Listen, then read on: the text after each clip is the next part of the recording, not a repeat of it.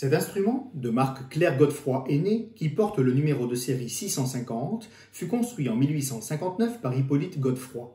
Cette flûte applique la mécanique de Théobald Boehm à un corps cylindrique en bois, selon les principes du brevet de 1847, mais elle comporte toutes les modifications du modèle original propres à la version française.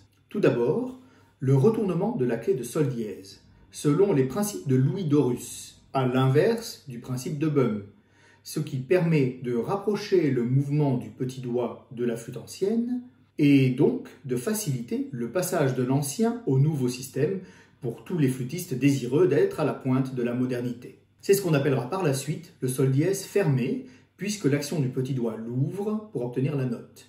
En Allemagne, Boehm continuera à prôner l'usage d'une clé de sol dièse ouverte. Pour le pouce de la main gauche, la flûte comporte la fameuse clé de si bémol inventée par Bricialdi en 1849, qui permet de faciliter les passages rapides comportant cette note. On voit donc que cette flûte a désormais le profil typique de la flûte moderne. Elle est construite en bois de cocus, une variété de bois exotique qui devint le bois le plus utilisé au XIXe siècle pour la facture de la flûte, éclipsant le buis, trop instable et sujet à déformation pour garantir la fiabilité d'un mécanisme complexe. Les axes et les clés sont en argent.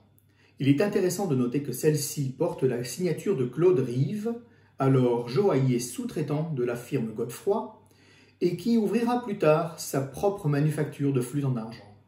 La flûte est accordée au diapason 435, conformément au standard adopté par décret en 1859. À l'époque où elle fut fabriquée, les instruments avec système Boehm, en bois ou depuis peu en argent, progressaient de manière spectaculaire en France, convainquant petit à petit les principaux flûtistes français. Avec le départ en retraite de Tulou, irréductible défenseur de la flûte ordinaire, et la nomination de Dorus au conservatoire en 1859, la flûte Boehm s'impose de manière hégémonique en France.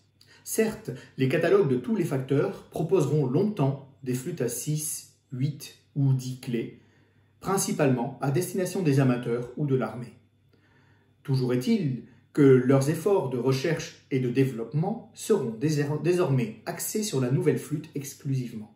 Cela explique qu'elle s'imposa si vite en France, nation très centralisée autour de Paris et de son conservatoire, alors qu'il fallut bien plus de temps pour opérer la même transition dans les autres pays d'Europe. Hippolyte Godefroy était alors considéré comme l'un des deux meilleurs facteurs de flûte Boehm en France, aux côtés bien sûr de Louis Lotte, son beau-frère et ancien associé de la maison Godefroy, qui avait créé sa propre marque en 1855.